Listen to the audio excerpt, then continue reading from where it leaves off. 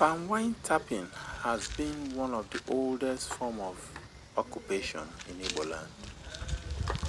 From the days when the palmwine tapper traded his wine for food till date.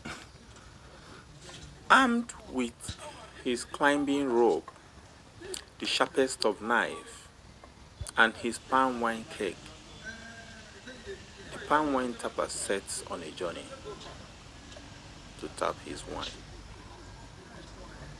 The Igbo people of Nigeria have used various proverbs to describe the life and time of the palmwine tapper on the palm tree. First, when the palmwine tapper is praised for a good wine, he dilutes it with water. The pollution of the air at the top of the palm tree by the palmwine tapper surprised the housefly. The palmwine tapper never tells everything he sees from the top of the palm tree, or he exposes the secret of the gods.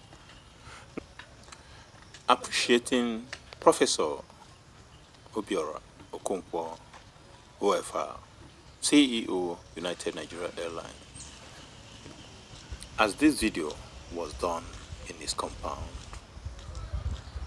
Now you know someone still drinks the original Igbo palm wine. Stay with us at Ngala Igbo as we bring you more of Igbo culture.